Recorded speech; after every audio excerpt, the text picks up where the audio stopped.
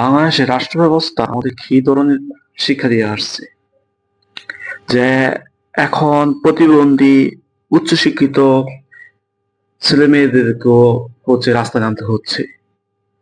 আমরা দুই হাজার চব্বিশ সালে যে জুলাই বিপ্লবের মধ্য দিয়ে এই বাংলাকে পেয়েছি নতুন করে।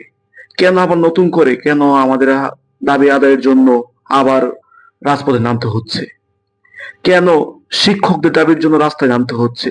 কেন প্রতিবন্ধী শিক্ষার্থীর জন্য রাস্তায় নামতে হচ্ছে? আমার এলাকার এক বড় ভাই, আমি আজকে দেখলাম যে উনি গাড়ির নিচে দাঁড়ায় গেছে। যে আমি ছোট সময় থেকে আসছি যে উনি হচ্ছে একদম মানে ওনাকে প্রতিবন্ধী বলে চলবে না। ওনার মতো মেধাবী ছাত্র আমাদের অত্র এলাকাতে নাই। ওনার মতো মেধাবী ছাত্র ঢাকা কলেজে ঢাকা বিশ্ববিদ্যালয়ে আপনার হচ্ছে মাস্টার গ্রাজুয়েট করছে, এবং হচ্ছে আমার ছোট সময় থেকে ওনার কথা শুনে আসছি, এবং হচ্ছে এমন ওনার কথা শুনছি যে উনি ওনার বড় ভাইকে পড়াইছে। হ্যাঁ, তো এত সুপার ইন্টেলিজেন্ট ছেলেরা কেন চাকরি পাচ্ছে না?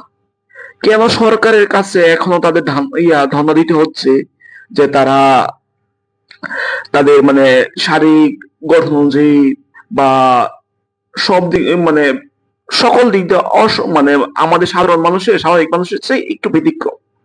তো এই ব্যতিক্রম থাকার কারণে কি তারা চাকরি পাবে না? তারা তো দেশের নাগরিক।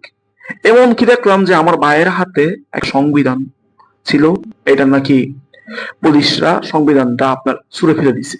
হ্যাঁ, তো এই যে একটা সংবিধান রাষ্ট্রের একটা কাঠামোগত একটা দালিলিক একটা প্রমাণ, হ্যাঁ, যে আমরা নাগরিক, রাষ্ট্রের সকল অধিকার পাওয়ার আমাদের অধিকার আছে।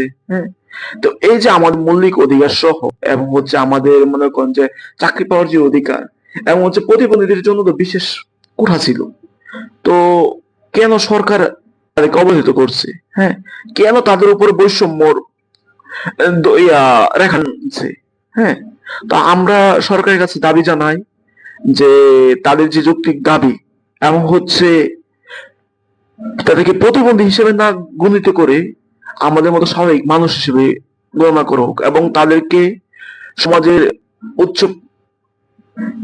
শিক্ষা যেহেতু দেওয়া হয়েছে, হ্যাঁ, তাহলে আমি মনে করি যে তাদের একটা ভালো একটা চাকরি তারা প্রাপ্য।